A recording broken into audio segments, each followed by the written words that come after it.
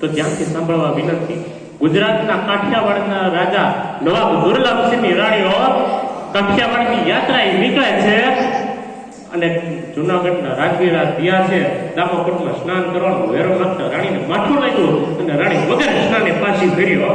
અપમાનનો બદલો લેવા દુર્લભસિંહને જુનાગઢ પર ચડાઈ તો કરી, પણ દિવસો સુધી મથવા છતાં કઈ ન કરી શકે. છેવટે એક કારણે જુનાગઢના મહેલમાં રાનું માથું દાનમાં માગી લેવા માટે મોકલો અને રાય હેતર ઘરો વિચાર્યો નહીં. કવિરાજે માથું ઉતારી આપ્યું અને સોલંકી જુનાગઢ સાહેબ હાથ ધેર્યું. તેથી રાણી તમામ રાણીઓએ હાથનું વિલોપન કર્યું અને તેમાંની રાણી સોમલદેવ નામની રાણીએ પોતાના 12 નવગણને પતંગની જાતિ વારભાઈ વડારાને સોંપતા કીધું કે વારભાઈ, તું મારા પુત્ર નવગણને આલીદર ગોલીદર ગામમાં રહેતા અહીં દેવાય કોદરને સોંપી દેતી. એ મારો જીવનનો માનેલો ભાઈ છે.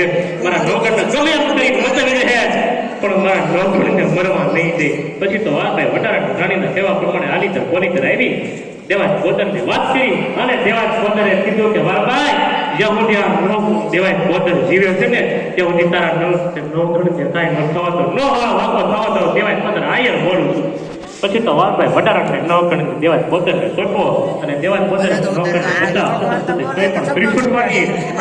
અને જૂનાગઢની રાજધાની દેવાજ નવગણ સોંપવાની દેવાજ કોદરે વારભાઈ વડારા દેવાજ કોદરને નવગણની ઉંમરના બે બાળકો છે. દીકરો ઉગો